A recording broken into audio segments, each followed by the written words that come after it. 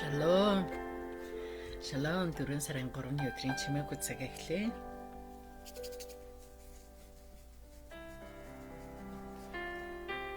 За хамтдаа залбирая.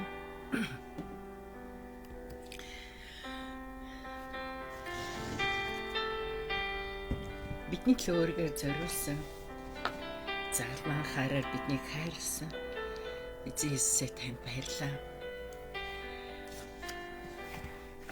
Бид таны залмаа дээр хүлээг бас амжилтыг дурсан самсан өдрүүдийг залбиран бясалгасан өдрүүдийг өнгөрүүлж байна. Та бидний удирдаараа та бидний амьдралд өөрийн гахалтай шин зүйлийг шинэ илчлэлтүүдийг өгөөрэй. Өнөөдөр үгээр дамжуулан эзэн бидэнд өөрийн оршихуйг мэдрүүлж өгөөч. Есүсийн нэрээр залбирч байна. Амен. За өнөөдөр бид нар Иохан номын 19-ийн 28-аас 30. Иохан 19-ийн 28-аас 30. За.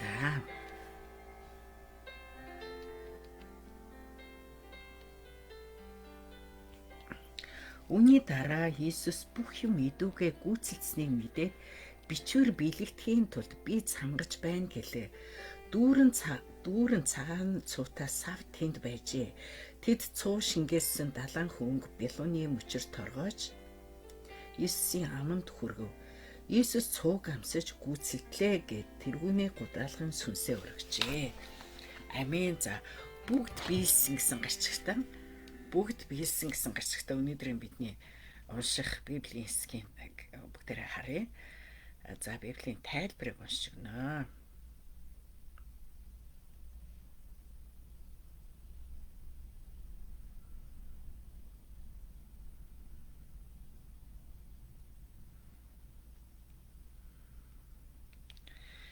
За. Шалом. За.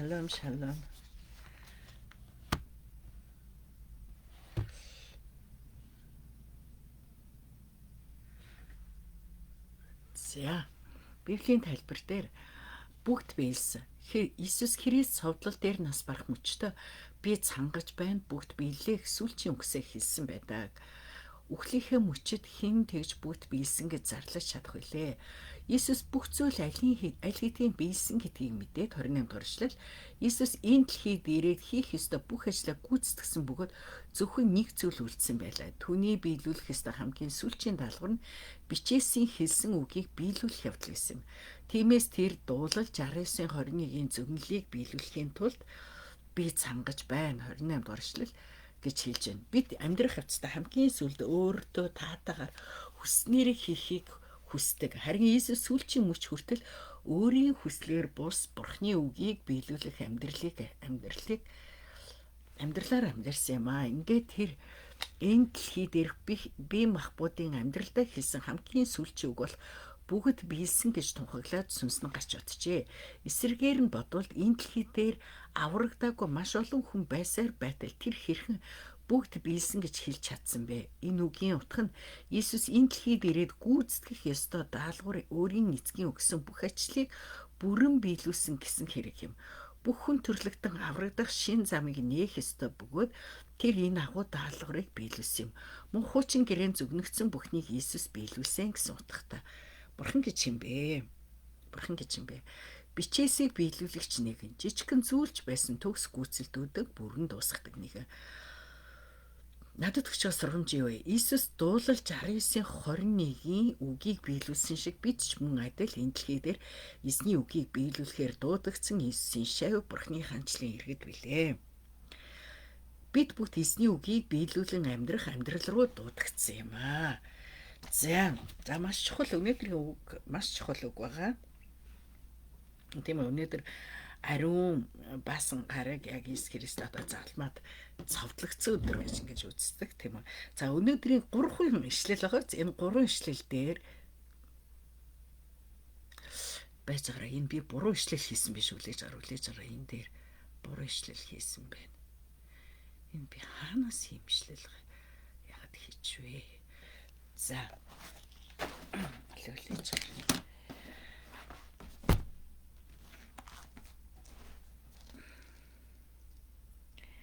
28. За эхлээд штэ. Иесус гурван чухал үг хэлсэн. За гурван чухал цангаж байна, гүйцэлдлээ, сүнсээ тушаав гэд. За цангаж байна гэдэг үг болохоор одоо дуулал номын 22 69 дээр болохоор юу гэж байна? Тэн дээр цангах тухай. Энэ биеийн цангааг хэлээгүй. Энэ нь Бурхны оршихыг хүсэж байгаа тий. Бас юу сүнсний одоо цангаа. Тэгээд Бурхны нүрийг эрэлхийлж байгаа юм.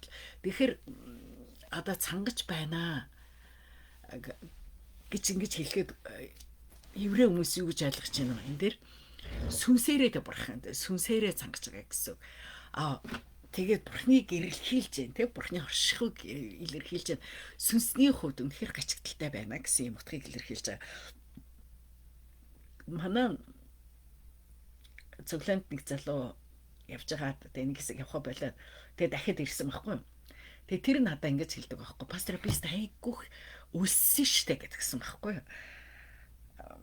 Тэгээ би ингэж сүнсээр үлссэн байх гэж бодохгүй. Тэгээд сүнсээр үлссэн үү гэдгсэн чинь үгүй би бүр ингээд сүнсээрээ ч үлсөөд гизээрээ ч үлссэн. Монголд очиод энд байж байгаад ажил хийгээ, цалин мөнгөтэй тэгээ байж байгаа. Тэгээ Монголд очиод оюутан болоо. Тэгээд амьдрал нь ер нь жахаа хэцэлтэй. Тэгээд үлссэн гэж аахгүй. Тэгээ тэр залууч хэлсэн. Эхлээд сүнсний үед үлсэж эхэлсэн гэж байгаа. Сүнсний хувьд би ингээд цуглаанаас яваад бизнес холдоод тэгээ сүнсний хувьд би эхлээд өсчихсэн ингээл өөрөө явахгүй байгаа хэрнээ яг ч юм л ингээл нэг юм дотоо хоригод идэг байсан гэл тэгэл нэг л сайн ингээл бүх юм яахгүй болохгүй бүдэггүй тэгэл нэг сайн сэтгэл санаач гэсэн ингээл хямраал нэг тийм юу байсан гэж ярьж байгаа байхгүй юм.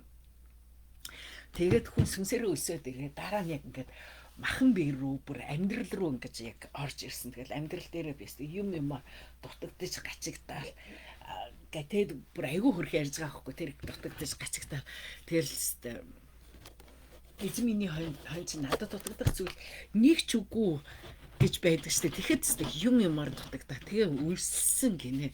Тэгээ үлсэж явахдаа нэг удаа тийм тэгээ өсөд оюутан болцсон. Тэгээ найз нартай гэсэн гэдэг. Би ингээд Солонгост байхдаа пастрыгаа дагаад Сингапур, Малайз энэ төр явж байсан.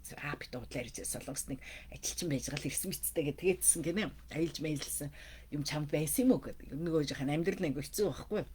Тэгж мэгдсэн гинэ. Тэгээд ингээд үлсээд ясан чинь би тэрийг ихлэ мэдхгүйсэн байхгүй гэсэн чинь надад хэлж байгаа байхгүй. Оюутнууд нөгөө нэг юу лээ? Юу гэдгэлээ нэг юм шоколадтай нэг юм бичээ бүрхий шоколадтай бичээ контик гэд бичээнд авч иддэг байсан юм л одоо тэднэрээ авч идэж чадах юу нь бол контик байсан гэдэг. Тэгсэн чинь бүр контик ч авч идэх мөнгөгүй тэгэл айгүй үлсдэг байсан штэ. Тэгэл найз нарыг хараад найз нар маа хин нэг минь намайг авахулаа гэж бодчихсон. Тэгэл нэг өдөр залбирсан гэнэ. Тэг Бурхны өмнө гимссэн гэнэ. Тэр бол ерөөсөн гимшгүй явагдсан юм л да.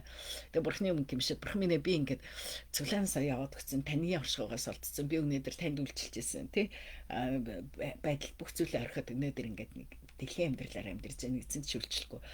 Би сүнсний хувьд шүүсэж гиз шилсэж тэгээд би буцаад тий итгэлийн амьдралаа дахин шинжилмээр шинээр эхлэмээр Гэхдээ би яг өөрөө цуглаанаас эхлэмээрээ намайг Солонгос явуулж өгөөч гэсэн чинь нөгөө ахаад гэрээний ажилчнаар 90 гутлаа гэрээний ажилчнаар ахаад явах хүсэл тавьсан байсан чинь нөтгөө 7 хоногийн дотор гинтгээ хариу нэрээд тэг буцаад хүрээд ирчихсэн байхгүй юу. За тэгвэл еврей юунд болохоор үлс энэ цангана гэсэн үг хэлж байгаа нөхөр сүнсний оршихыг хүсэж байгаа зүйл шүү зэ. Сүнсний орших. Тэгээс аман цангасан тухай яриаггүй шүү те.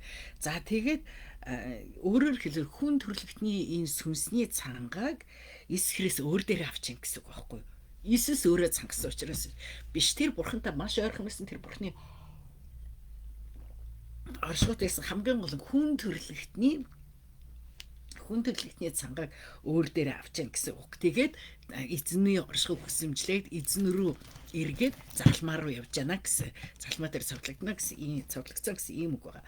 За тэгвэл цухууны тухай ярьж байгаа тий. Түүнд ингээд цуу гэсэн гэж байгаа. Тэ цангаж ингээд гутал дүүрэн цагаан цуутаас авт тэнд байжээ. Тэд цуу шингээсэн далайн хөнгө Белуны мөчөр торгож Иесус яманд хөрв. За цуу хүр гэсэн гэж.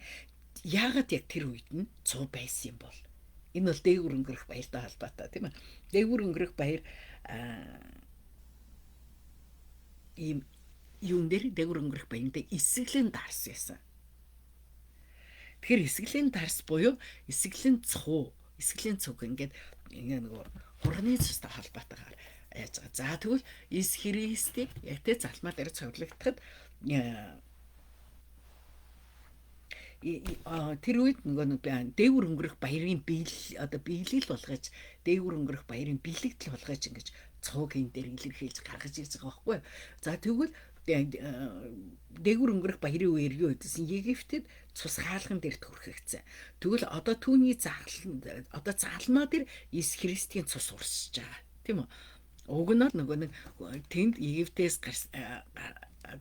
гарахын өмнө Израилийн ард түмэн өөрсдөө тий Бурхны үгийн дагуу тэд одоо тахил болгон хураг нэдэлсэн бол одоо Иес Христ өөрөө тахилын юу болж байна. Тэгэхээр Гитлэл номын 12 дугаар бүлэг дээр гардаг үүний биелэл гарч ирж байгаа. За түүний дараа гүйцэлтлээ гэсэн үг байгаа.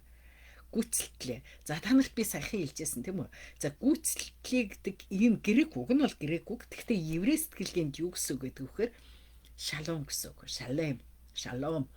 Тэгэхээр шалом гэдэг чинь би юу хэлж байгаа? Бүрэн бүтэн гэж хэлсэн тийм. Бүрэн бүтэн байх.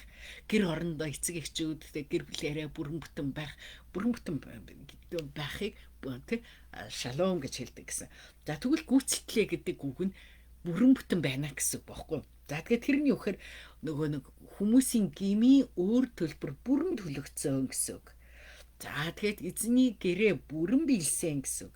Тэгээд тахил бүрэн хүлээн авагдсан гэсэн үг. Тахилын хураг бүрэн хүлээн авагдсан. Тэгээд эзний энэ дэлхий дээр хийх ёстой бүх зүйл хийгдсэн гэсэн үг байхгүй. За тэгээд тэр үед ингээд яхаар тахил өргөхдөө ингээд нөгөө хоньыг нэдлээд тэгээд тахилыг өргөсний дараа шалем гэж хэлдэг байсан байна. Одоо шалом адилхан байхгүй шалем гэж хэлдэг байсан. Тэр шалем гэж хэлж байгаа нь юу хэлж байхаар бүрэн боллоо. Одоо энэ хураг, энэ хонь, энэ хуц, энэ ухан өргөгдөөд одоо гим нүглээсээ уучлагдсан, чөлөөлөгдсөн, бүрэн боллоо гэж ингэж хэлдэг бай. Тэгвэл Иес одоо гүйцэлтэй гэж хэлсэн хамгийн сүүлчийн тахил. Хүн төрлөختөнд дахиж ялангуяа еврейчүүд дахиж хон нийтлэх шаардлагагүй.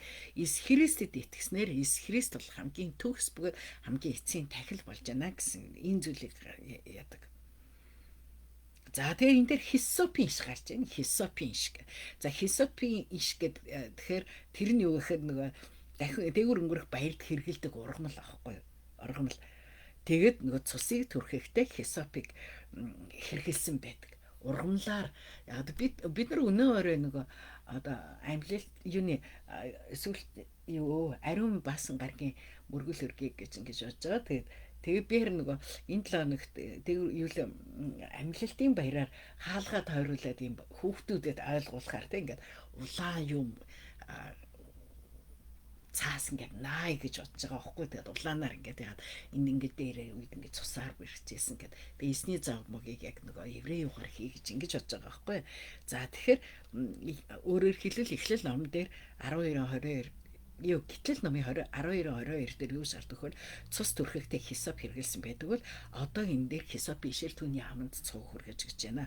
За тэгээ сүнсээ тушааваа гэсэн байгаа. Сүнсээ тушаав. Сүнсээ өргөжээ гэж байгаа бас манай Библиэлд зарим орчуулган дээр. Тэгэхээр энэ нь сүнсээ өгнө гэдэг нь юу гэхээр нөгөө тахилыг бурхан тушаадаг өргөдөг байсан байхгүй юу? Тэгэхээр сүнсээ тушаана гэдэг нь үхсэн гэсэн үг биш. Үхсэн гэсэн үг биш. Тийм үү? Тэр зүгээр өгөөгүй харин тахил болгож өргөгдсөн гэсэн үг. Тахил болгож өргөгдсөн гэсэн. За тэгэхээр өнөөдрийн бидний үнсэн хэсгээр маш чухал байгаа. Энэ бол дээгүр өнгөрөх баярын үргэлжлэлтэй. Бид нар харах юм бол Иес Христ яг дээгүр өнгөрөх баярын хамгийн сүүлчийн төгс үргэлжлэл төгсгөлийг хийж гин гэсэн үг. Тэгээд тахилыг бас дуусгаж гин гэсэн үг. За тэгээд хүн төрөлхтний хүнсний цангааг өөртөө авсан. Тэгээд эцсийн тахил хүн төрөлхтний төлөх эцсийн тахил өргөгдөд тэгээд бүрэн дутуу юу ч үлдээгүй бүрэн бүтэн хийсэн ийм мөч байна гэсэн ийм юу харж байна. За ямар вэ? Та юу ойлгож байна? Юуг мэдэрч байна? Юуг амьдралдаа хэрэгжүүлэх вэ? Юуг амьдралдаа хэрэгжүүлэх вэ? Тэгэхээр эзэн бол үнэхээр бидний төлөө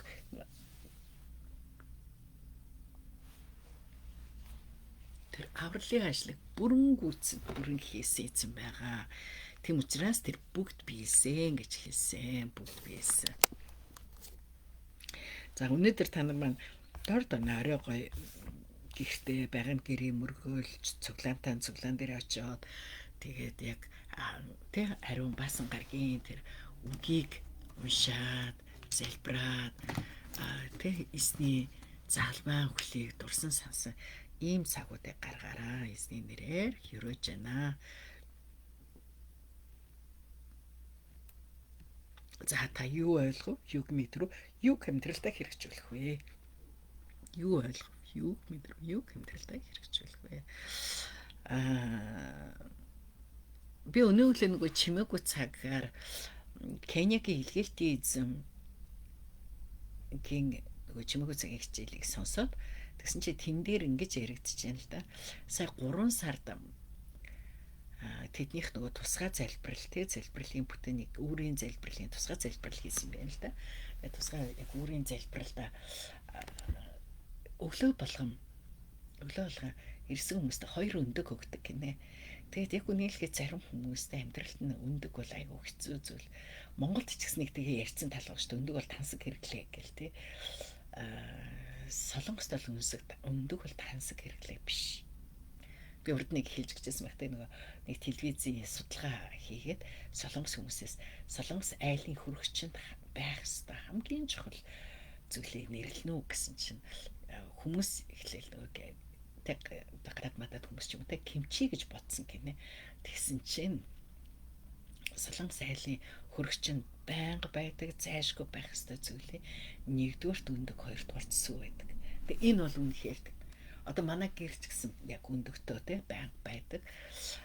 За би өөрөө нэг сүү уудгүй маа тэгээ тараг бол байнга байдаг.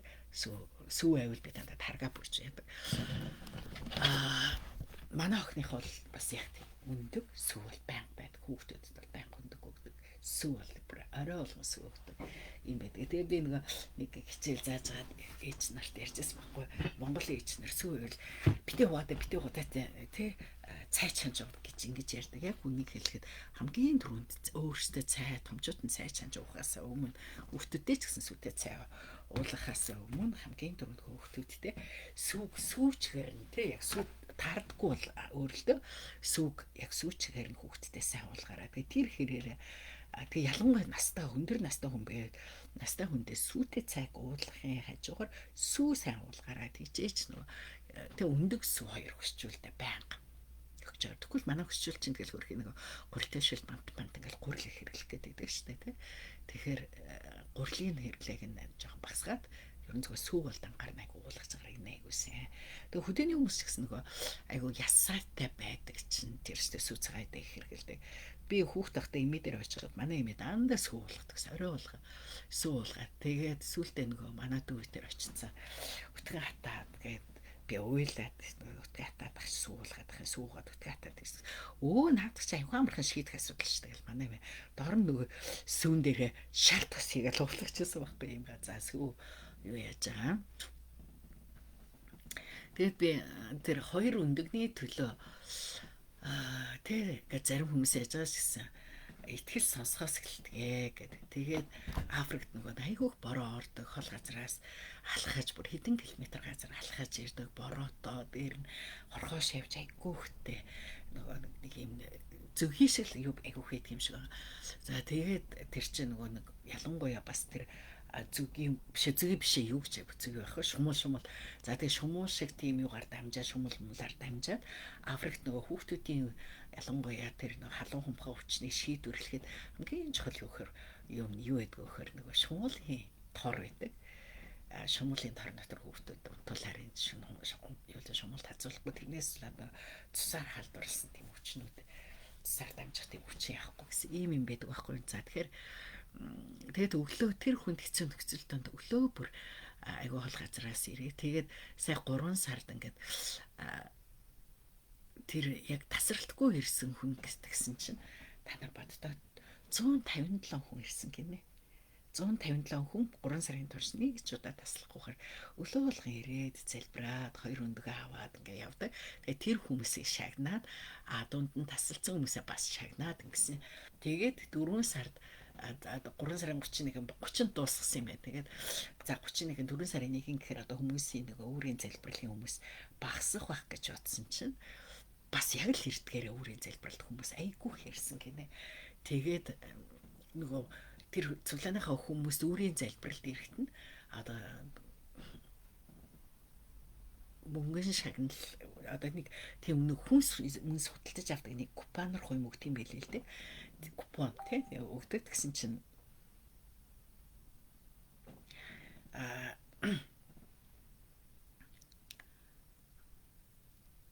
тэн дээр нөгөө нэг юу яасан гинэ купонор хой мөгдөг. Тэгээ тэн дээр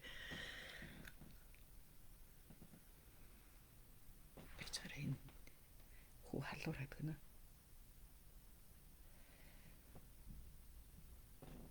За тэгээд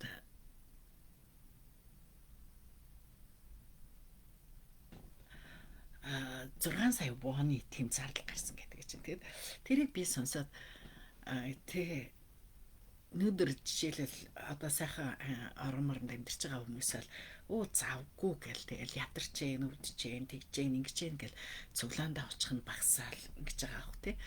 Гэтэл яг үнэхээр бурхныг эрен хайж байгаа хүн хэцүү нөхцөлд байгаа Африкт.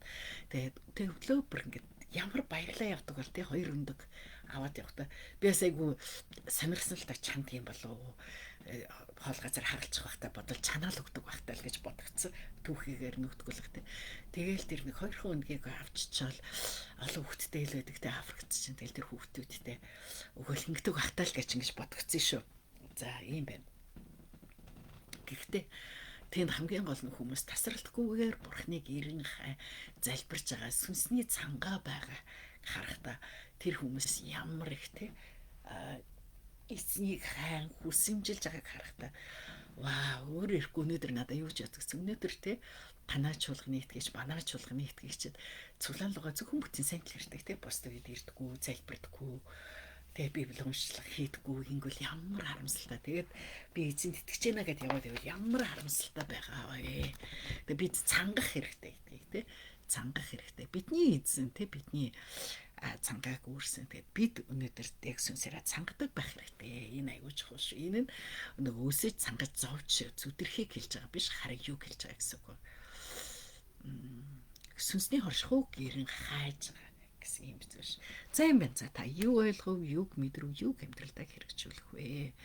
За өнөөдөр бид нар Чад улсын төлөө залбирэн Чад 21 сая хүн амтай 52.8% исламын шинтэй. За олон мусульманчууд сайн мэдээг сонссон. Лалын шинтнуудаас гаралтай итгэгчдийн шинэ бүлгүүд бий болжээ. Библийн түүх болон Чадын арабын христийн радион сайн мэдээг соёлтой холбоотой байдлаар түгээх тусалдаг. Ойролцоох Дарфурт бусад мусульманчуудын гарт болсон хүчирхийлэл нь зарим хүмүүсийг исламын шинд эргэлзэхэд хүргэж тэдний христ итгэгчдийн хайрын үйлчлэл гэрчүүдэд нээлттэй болгосон гэсэн хэдий ч исламын тоо нэмэгдэж санхүүгийн бол нийгмийн нөлөөлөл нэмэгцээр байна. Христ итгэгчид эргэн тойрныхаа мусульманчуудад хүрч сураасаа гэж залбираараа гэсэн мэт. За хамтдаа залбирая. Эзэн минь ээ. Өнөөдрийн үгийн төлөө баярлалаа. Үнэхээр эзэн та бол бидний сүнсний цангааг та үүрсэн, та бидний тэр гим нүглийг эзэнт бурханд зуурчлан бидний төлөө залмай дээр цовдлогдсон эзэн. Та энэ дэлхий дээр бурхнаас даалгасан тэр бурхны хүслийг бүгдийг биелүүлээд гүйцэлдүүлээд явсан эзэн таны бид магтаж байна. Эзэн энэ өдөр та биднийг өдөр дараа таны ариун сүнс биднийг өдөртөн өрөөх болтугай эзэн. Тэгээ бид таны үгийн дагуу үлдээж өнөөдөр онцгойлон бид нар бас ариун баасан гарагт бид бурхны өмнө очин залбирахад ариун сүнс бидэнтэй хамт ээж дурсан санаж бяцлахад та бидний өдөр дараа эзэн бид энэ цагт Чад улсын төлөө залбирч байна. Энэ ард түмэнд үнэхээр энэ маш бага 10% евангелист тусгалын итгэгчид улам илүү нөлөөлөх болтгой. Тэгэл лалын шинтнуудаас гаралтай христ итгэгчдийн шинэ бүлгүүд бий болж байгаа тэд эснийг улам илүү таньж мэдэх болтгой. Тэгээ бид эс христийн нэрээр тэнд үйлчилж байгаа бүх итгэжтийн үйлчлэл гэрчлүүд улам илүү нээлттэй биш. Исламын хүмүүс эзэн рүү эргэх болтугай гэсний гэрэл тэр газар улам илүү ихээр түүх болохгүй гэж залбирч байна. Бид Иесус Христийн нэрээр Чад улсыг хөрөөж байна. Бид Иесус Христийн нэрээр бид Израилийг хөрөөж байна. Израиль дээр Бурхны амар амгалан тунхаглаж байна. Бид Иесус Христийн нэрээр бид Монголоо, бид Хойд Солонгос, бид Афганистаныг танд хүргэж байна. Тэгэд энэ өдөр бас эзний зовлонгийн өдрүүдийг дурсан санж ариун баасан гарагийн мөргөл хийх бүхий л итгэжтийн зүрхэнд эзэн та өөрийгөө улам илүү илчлээрэй. Иесийн нэрээр залбирч байна. Амен. За тунхаглах ишлэл. Эзний уулууд хэн авирч болох вэ? Ариун газарт нь хэн зөксөж болох вэ? Цэвэр гартаа ариун зүрхтэй хуурмаг хосон сэтгэлээ өргөөгүй худал тангарах тавиагүй нь буюу тэрээр эзнээс ерөөлийг авралынхаа бурхнаас зөвхт байдлыг хүртэх болно. Дуулал 24-ийн 3-5. Амен. Амен. За цээжлэх ишлэл. Гэвч гэмтүүлтгэм нь улмаас тэр хатгагдан хилэнцэм нь улмаас тэр бицарчээ. Амар тайвны минь төлөө түн дээр гисгээл байж шархаар нь бид эдгэрчээ. Исая 53-ийн 5. Амен. Амен. Амен. За чад улс. Одоо энэ нөгөө зүүн талын энэ доор ингээд эмгтээчүүд яг нэг юм шорон замаар усаа зөөгөөд ингээд явж штэ. Тэгнүр гэдэг л юу лээ энэ чи? Тэгнүр дамнуурга гэдэг чөлөө юу гэдэг дээр үед хятад хүмүүс Улаанбаатарт бас энэ баян шум шин хятад хүмүүс бас яг ус ингээд аваа явдаг шүү. Монголчууд ийм юу нэг хэрхэлдэггүй те. За тэгэл яг л нэг ийм замаар ингээд хөрхи Кениягийн бас илгээлтэй юу тэр илгээлтийн сүмийн хүмүүс нь ийм замаар ингээд өглөө өөрөөр харанхууд алхаал ингээл цуглаандаа ирээл залбирчаал явдаг тий. Вау. Тэгээд ямар ер нь